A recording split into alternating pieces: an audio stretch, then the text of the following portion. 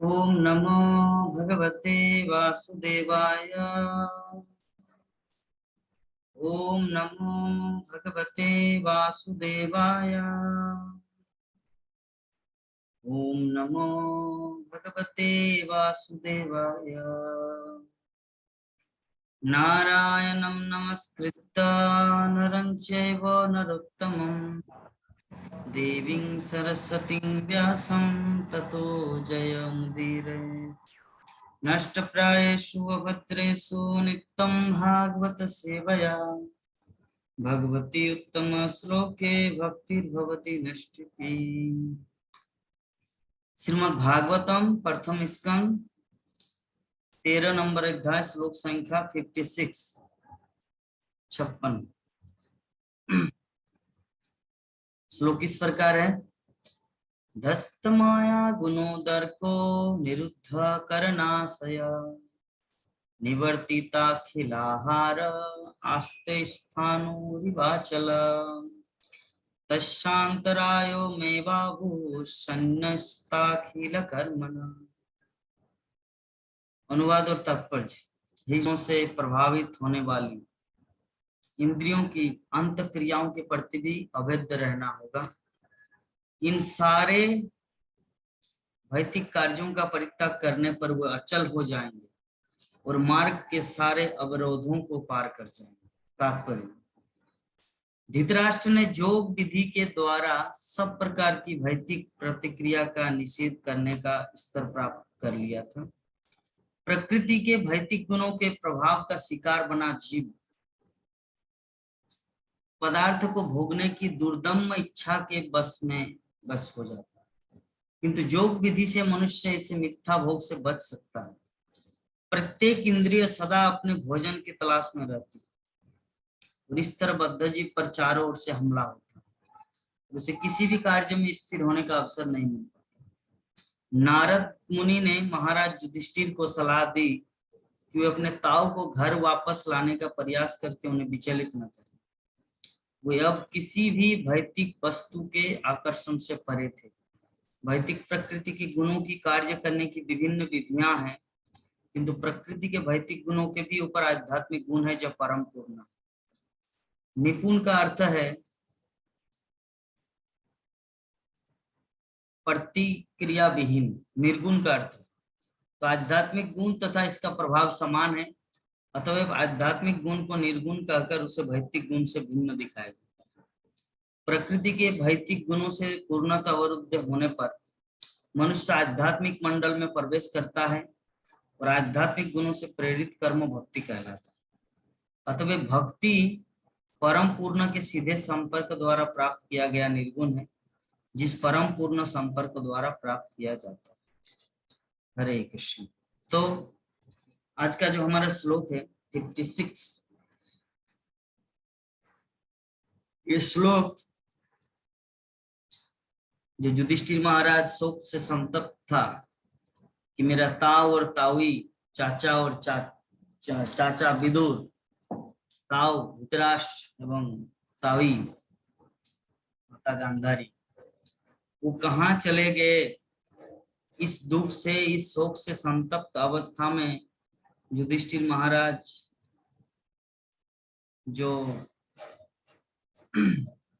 दुखी थे, तो नारद मुनि का वचन सुनकर एक एक करके उनको समझाया युधिष्ठिर महाराज को।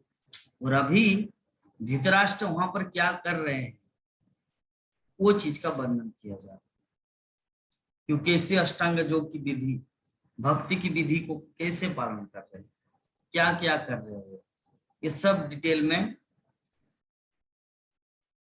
नारद मुनि बता रहे।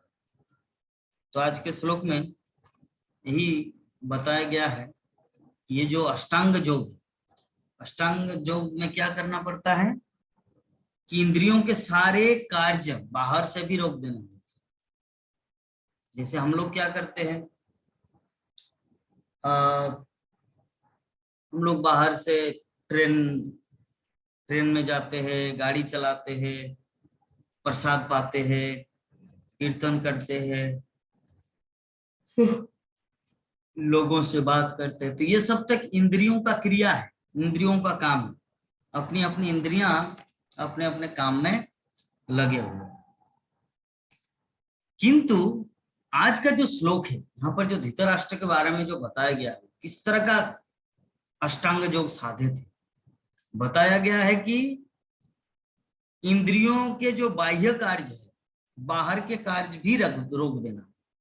ऐसा नहीं सिर्फ मन शांत तो सब शांत।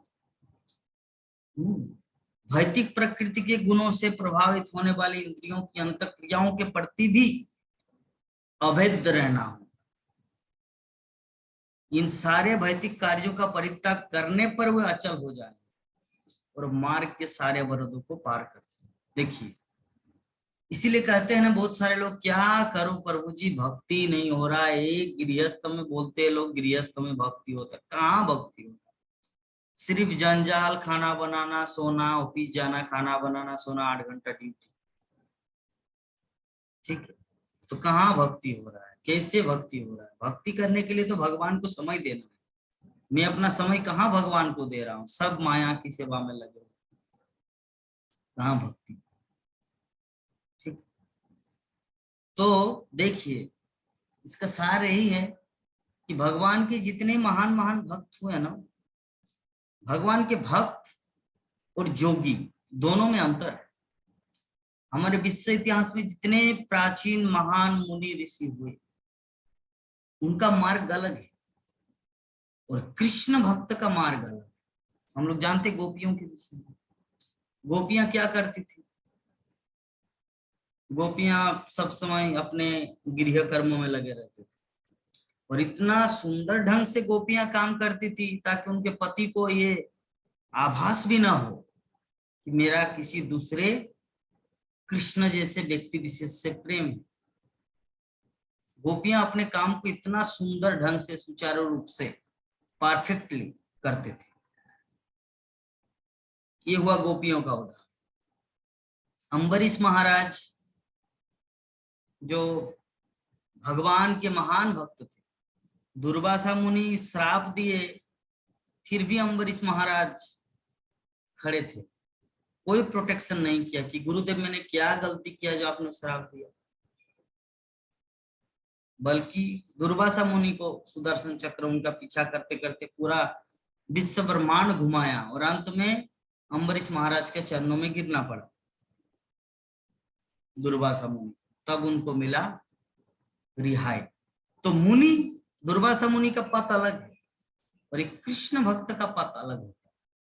तो हम लोग अम्बरीश महाराज के जीवन में देख रहे हैं, जो कृष्ण भक्त होते हैं वो देश काल परिस्थिति को समझते हैं और जो ऋषि मुनि होते हैं वो देश काल पात्र का विचार किए बिना सिर्फ तपस्या करते हैं, शास्त्र में जैसा चीज बताया गया वही करते हैं।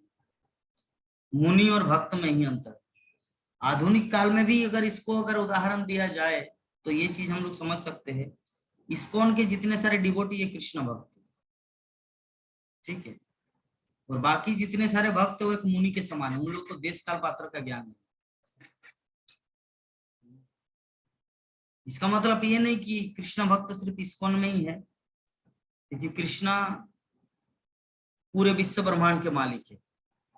इस्कॉन पृथ्वी लोक में श्रील प्रभुपाद 1965 को इस्टेब्लिश किया, तो कृष्ण भक्ति क्या 50 साल पूर्व नहीं था? है, लेकिन वर्तमान समय में देश काल परिस्थिति के अनुसार जो कृष्ण भक्ति कैसे किया जाए वो पूर्ण रूप से, परफेक्टली रूप से श्रील प्रभुपाद ने वर्तमान समय को देखकर इस्कॉन के माध्यम से कृष्ण भक्ति कैसे करना है वो चीज सिखाया। तो धृतराष्ट्र के समय, धृतराष्ट्र के काल में वो कैसे भक्ति करते थे कि अंदर से तो इंद्रिय क्रियाओं को बंद करना है, बाहर से भी बंद कर देना है, मतलब चल भी नहीं पाएंगे, एकदम स्थिर हो जाना है पत्थर की तरह। तो ये अगर इस पंथा को अगर अपनाए तो वर्तमान कलयुग में सभी व्यक्ति अगर अपनाए तब तो बहुत प्रॉब्लम हो जाएगा। न फैक्ट्री चलेगा, न मंदिर में घंटी बजेगा, ठीक है, न ट्रेन चलेगा, सब कुछ अभी अपने अपने ध्यान में मस्त है। तो इसीलिए श्रील प्रभुपाद ने या श्री चैतन्य महाप्रभु, भगवान श्री चैतन्य महाप्रभु इस कलियुग की देश काल परिस्थिति का विचार करके हरे कृष्ण महामंत्र प्रदान। हरे कृष्णा कृष्णा कृष्णा हरे हरे, हरे राम राम राम हरे। ये हरिनाम महामंत्र प्रदान किए। इस हरिनाम महामंत्र के द्वारा, इस हरिनाम महामंत्र के द्वारा सब तरह का साधन प्राप्त होगा। सब तरह का साधन अर्थात धन चाहिए तो धन मिलेगा, क्योंकि कृष्णा धन देने के लिए बैठे। कृष्णा चलो सबको धन नहीं देता, क्योंकि उनको पता है कि मैं अगर इसको ये धन दे दूं तो ये गड़बड़ करेगा, क्योंकि उनको पता नहीं कैसे यूज करना है धन का, धन राशि का। इसीलिए भगवान श्री कृष्ण क्या करते हैं, वैसे भक्तों को देते जो उसका सदुपयोग करें।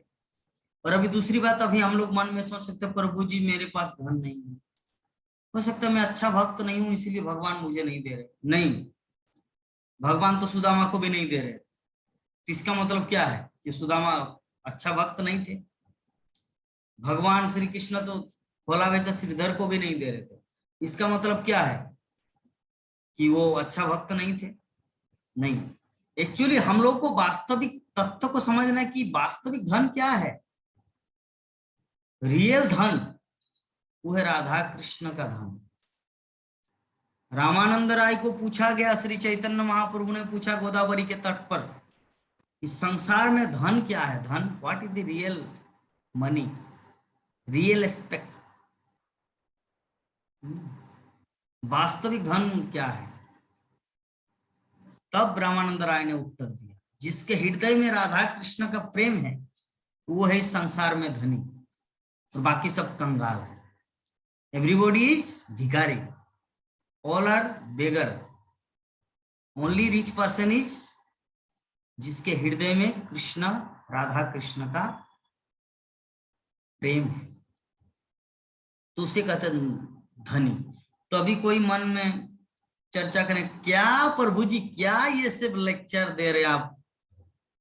हम ट्रेन जाएंगे, ट्रेन में अभी नवद्वीप से मायापुर क्या बोलते हैं हावड़ा स्टेशन जाएंगे, और टिटिया पकड़ लिया और बोले कहाँ टिकट दिखाओ, पैसा निकालो। नहीं नहीं मेरे पास तो धन है, राधा कृष्ण का धन, क्योंकि रामानंद राय ने चैतन्य महाप्रभु को बोला। किसी के मन में ये प्रश्न उठ सकता है ना उमाशंकर प्रभु जी? किसी के मन में ये प्रश्न उठ सकता है कि आप तो बोले प्रभु जी लेक्चर में कि सबसे बड़ा धन है राधा कृष्ण का धन, तो अभी टिटिया आपको पकड़ लिया ट्रेन में और बोले कि चलो टिकट दिखाओ। नहीं नहीं मेरे पास तो पैसा नहीं है। तो क्यों नहीं है? क्योंकि मैं धनी हूं। कैसे धनी है? क्योंकि मेरे हृदय में राधा कृष्ण का प्रेम है। ये ठीक है, लेकिन बट स्टिल जगत में जीने के लिए कुछ धन राशि जरूरत होता है। तो अभी इस चीज के लिए जो मैं पूरा चीज को कवर करने जा रहा हूं वो ये है कि अगर आपके हृदय में राधा कृष्ण का प्रेम है ना, राधा कृष्ण रूपी प्रेम धन, तो आपके पास सब कुछ होगा, क्योंकि भगवान आपको भिखारी नहीं बनाएंगे। क्योंकि संसार में हम लोग देखते हैं, विश्व इतिहास को पढ़ के देखते हैं, रामायण महाभारत बाकी एवरीथिंग, जितने सारे पुराण आदि, कोई भी ऐसा कृष्ण का भक्त है जो कंगाल है? कोई प्रूफ करके दिखा सकते हैं? कौन है? तो उसके बाद क्या हुआ वो? तो आफ्टर मतलब एक चीज मैं आपको बता रहा हूं एग्जांपल। आप पहले उज्जैन में थे छोटी बच्ची के रूप में, छोटी बच्ची की तरह 5 साल की युवती, तो आप स्कूल में पढ़ाई करते थे। अभी आप कहां पर है? मायापुर धाम में। तो अभी अगर कोई बोले ये देखो ये जो निधि, ये तो छोटी बच्ची स्कूल में पढ़ती है। पढ़ती है नहीं, पढ़ती थी। तो सुदामा क्या गरीब था वो नहीं, सुदामा क्या बना वो देखना है। अंडरस्टैंड?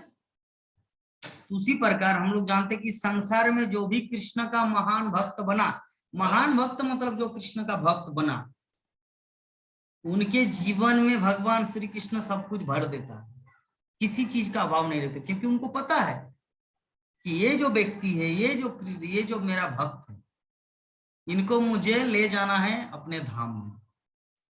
तो अपने धाम में ले जाएंगे तो ये मेरे धाम कब आएंगे?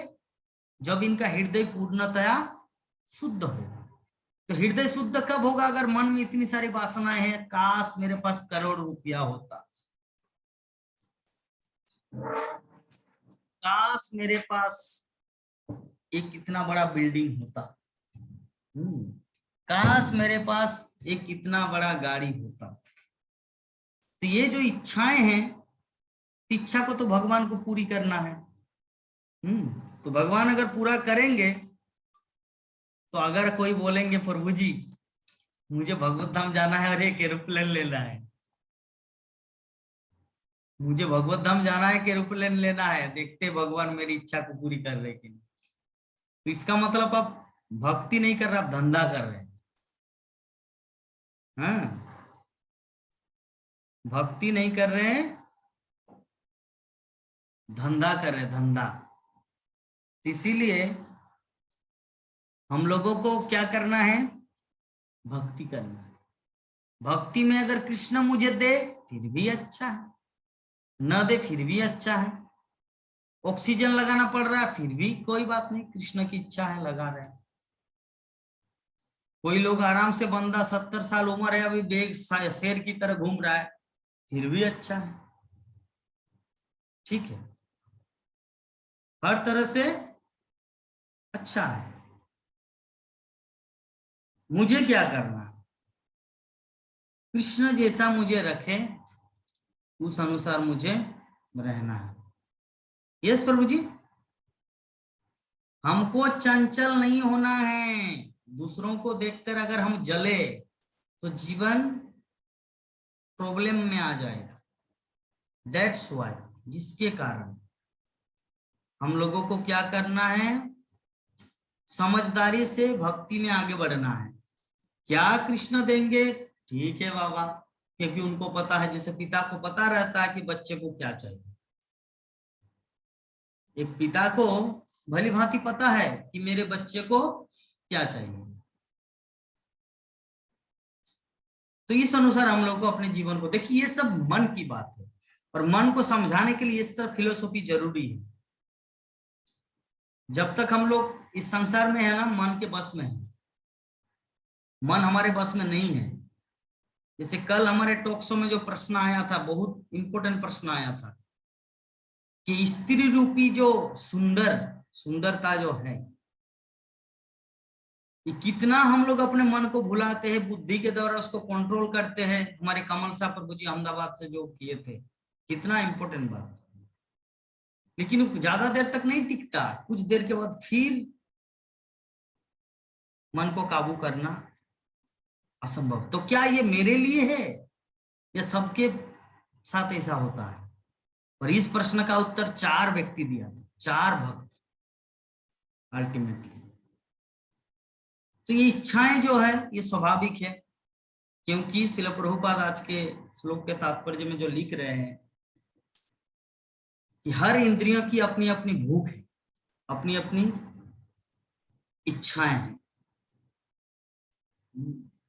किसी को चना पसंद है तो किसी को बूंदिया पसंद है, किसी को फुचका पसंद है, किसी को मालपुआ पसंद है गौशाला का।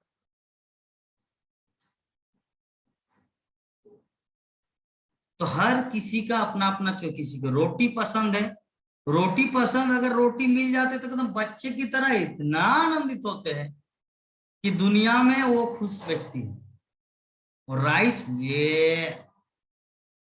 तो ये जो है ये रुचि की बात है, सबका अलग अलग रुचि है। ठीक है, तो हर किसी का अपना अपना इच्छा है, तो उस इच्छा को पूरी करने के लिए भगवान हर तरह का व्यवस्था की। क्या दुनिया में एक ही प्रकार का खाना है? भात, सिर्फ राइस नहीं। रोटी खाना है तो रोटी खाओ, मध्य प्रदेश से आए हो तो। राइस खाना है तो राइस खाओ, झारखंड से हो तो, बिहार से हो तो। उमा शंकर प्रभु जी का क्या कहना है? राइस खाना अच्छा है या रोटी खाना अच्छा है? बताइए।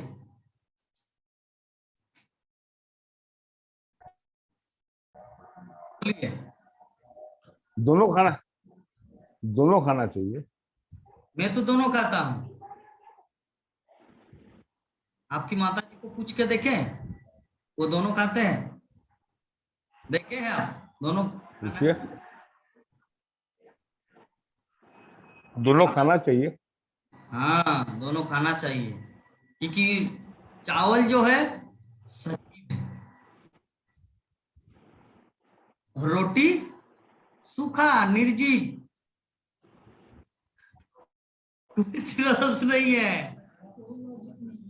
कुछ रस नहीं है, सिर्फ सूखा है, वो पाउडर की तरह उड़ता रहता है।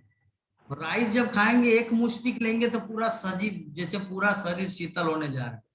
यही है, इसीलिए बोलना भगवत गीता में अन्न प्राण, अन्नगत प्राण।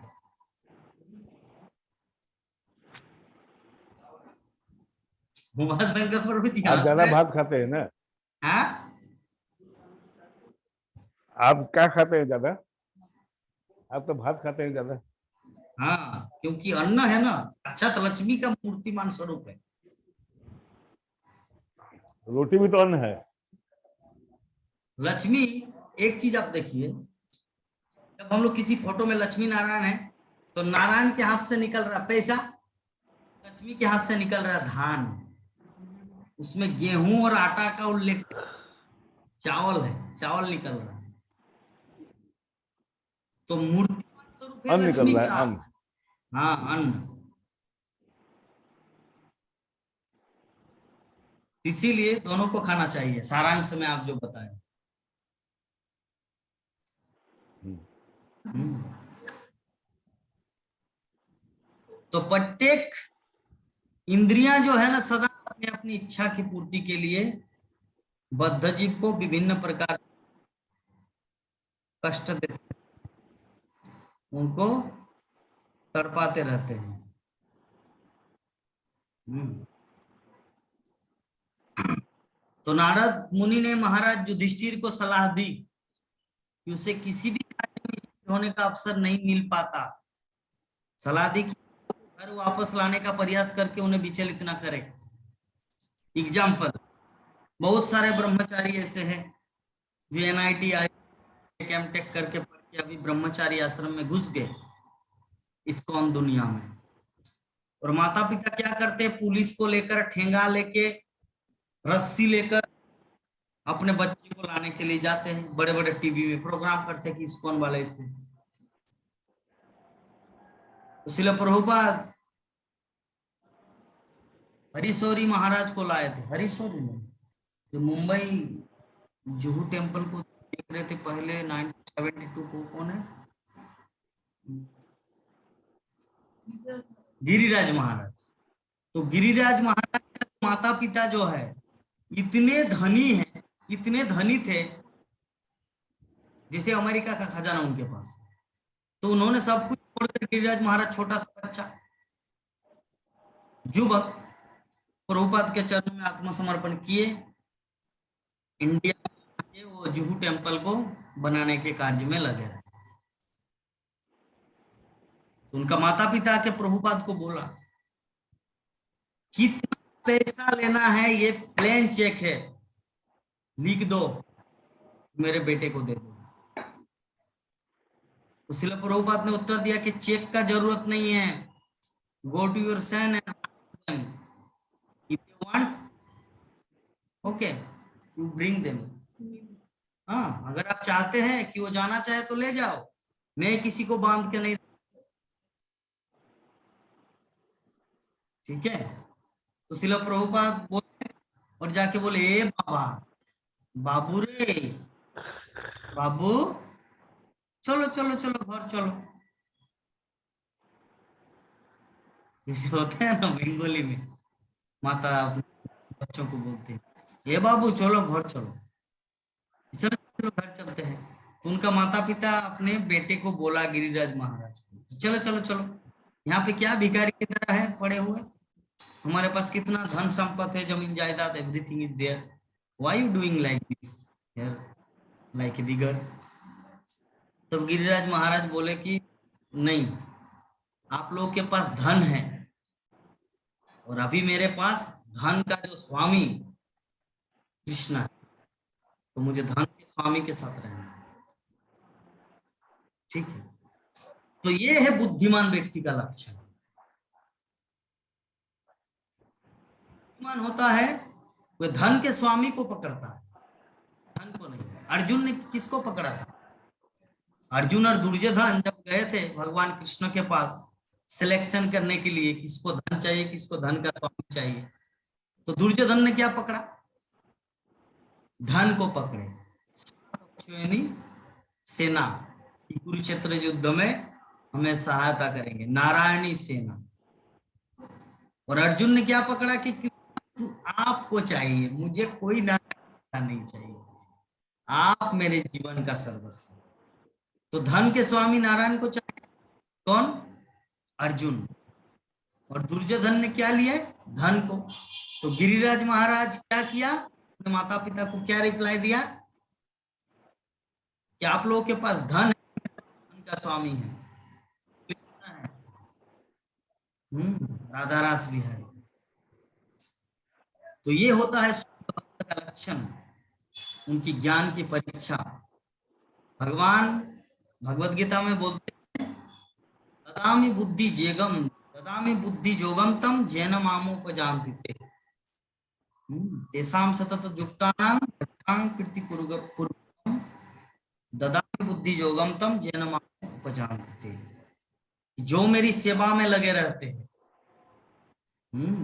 तेषां सतत, जो व्यक्ति मेरी सेवा में सतत, सतत मीन्स कॉन्टिन्यूअली युक्त रहते हैं, उसको क्या करता हूं? भजताम प्रीतिपूर्वकम, और प्रेम से मेरी पूजा करते हैं, प्रेम से मेरी आराधना करते हैं, उनको मैं क्या देता हूं? इंटेलिजेंस। ददामी बुद्धि जोगम, बुद्धि के साथ साथ जोग अर्थात भक्ति जोग देता हूं, ताकि जिसके द्वारा जिसके द्वारा जैनम उपजान्ति थे, वो मेरे पास आ सकते। ठीक है, तो कृष्ण भक्त बहुत चालाक होता है, बहुत बुद्धिमान होता है, इतना इंटेलिजेंस कि दुनिया का कोई भी उनको हिला नहीं सकता, सारी दुनिया को बेच देगा, सीआर की तरह रहेगा। देखते श्रील प्रभुपाद के जीवन में, देखते अर्जुन के जीवन में, देखते हनुमान के जीवन में, आज तक वो लोग कहीं पर हारे हैं? अर्जुन को कहीं पर देखे हारते हुए? खैर, जीवन के अंतिम क्षण में द्वारका से लौटते वक्त कुछ ग्वाल बाल उनको हराया, वो अलग मैटर है, वो जस्ट भगवान कृष्ण की महिमा को प्रकाश करने के लिए था कि कृष्ण शक्ति बिना, अगर किसी के जीवन में कृष्ण नहीं है तो एक काल में वो शक्तिमान था, लेकिन अब वो शक्तिहीन हो गए। वो भगवान कृष्ण की महिमा का प्रकाश था। अन्यथा अर्जुन को कभी भी किसी भी क्षण में हारते हुए देखे हैं? ना कर्ण से, ना भीष्म पितामह से, ना द्रोणाचार्य से, किसी से भी नहीं। उनकी इतना शक्ति था। हनुमान को आज तक कोई हरा पाया? कोई भी? अभी आपके मन में प्रश्न आ रहा, प्रभु जी हाँ, एक बार हनुमान को हराया था। मैं बोलूंगा कैसे, कि जब हनुमान ने अक्षय कुमार को मारा, सुनील शेट्टी को, अक्षय कुमार को मारे जो श्रीलंका में, उसके बाद भगवान राम के पास आए, फिर कौन गया? इंद्रजीत, मेघनाथ, और मेघनाथ उनको क्या मारे? ब्रह्मास्त्र। हाँ, तो हनुमान अगर चाहते ना तो एक चुटकी में उसको तोड़ देते, लेकिन एक वैष्णव सदाचार होता ना, वैष्णव कभी भी किसी लिमिट क्रॉस नहीं करता, अर्थात किसी का असम्मान नहीं करते। इसीलिए हनुमान ने उसे क्या किया कि हे इंद्रजीत, हे मेघनाथ, मैं तुम्हारे डर से नहीं बंध रहा हूं, बल्कि जो अस्त्र तुमने छोड़ा है ना, उसको सम्मान करने के लिए मैं स्वेच्छा से बंध गए। तो इसको हारना नहीं कहा जाता, ये तो वैष्णव सदाचार का अंग है। तो हनुमान, अर्जुन, श्रील प्रभुपाद, विश्व के महान महान भक्त आज तक किसी से हारे नहीं। भक्ति सिद्धांत सरस्वती ठाकुर, दुनिया में कोई ऐसा व्यक्ति नहीं था जो सिर्फ भक्ति सिद्धांत सरस्वती ठाकुर को हरा सके। हर कोई उनसे डरता था। बड़े बड़े ब्रिटिशर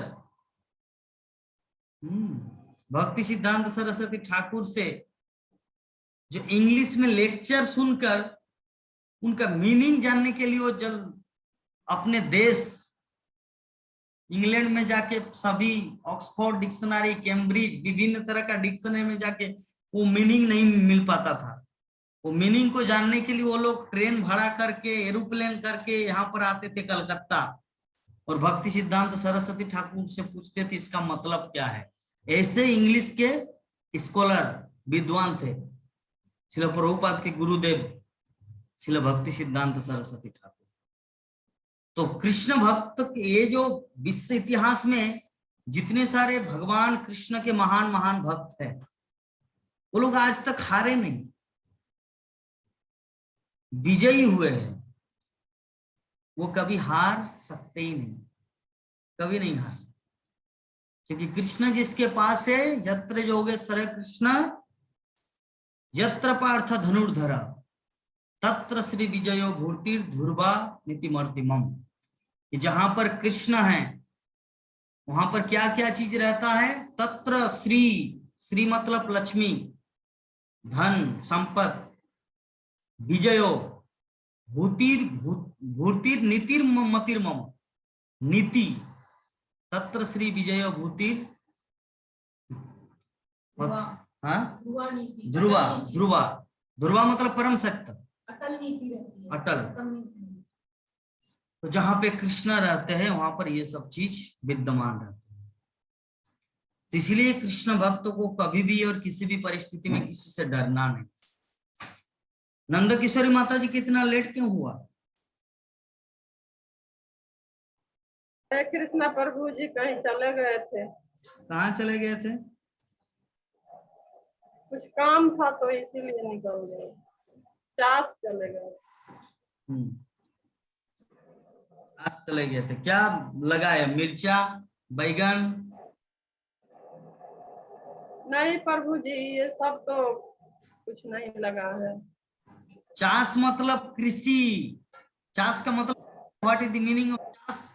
चास मतलब कृषि क्रिया को कहा जाता है।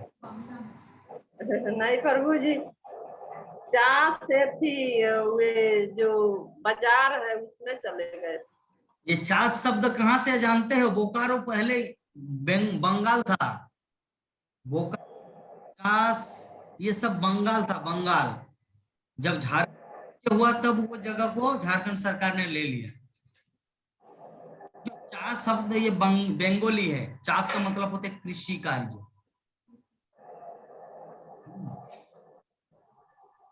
तो चलिए, मुझे थोड़ा स्नान करने जाना है, बहुत गर्मी है मायापुर में।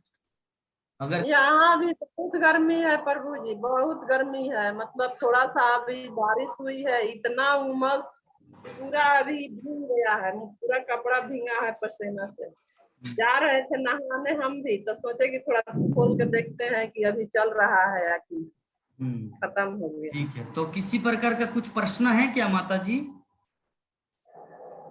अभी तो कुछ सुने ही नहीं प्रभु जी। ठीक है, तो चलिए कथा को यहीं पर समापन करते हैं। कुछ प्रश्न है?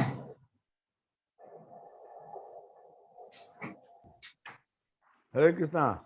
हरे कृष्णा। नहीं प्रभु जी, कोई प्रश्न नहीं है। हाँ, कोई प्रश्न नहीं है। ठीक है, तो चलिए वांछा कल्पतरु करते हैं। कल्पतरुभ्यश्च कृपा सिन्धुभ्येव च पतितानां पावनेभ्यो वैष्णवेभ्यो नमो नमः। हरे कृष्णा कृष्णा कृष्णा हरे कृष्णा हरे हरे, हरे राम राम राम हरे राम, राम राम हरे। जय जगत गुरु श्रील प्रभुपाद की जय। अनंत कोटि वैष्णव भक्तवृंद की जय। समवेत गौर भक्तवृंद की जय। निताय गौर प्रेमानंदे। हरि हरि बोल। बोल, हरि हरि बोल, हरि हरि बोल।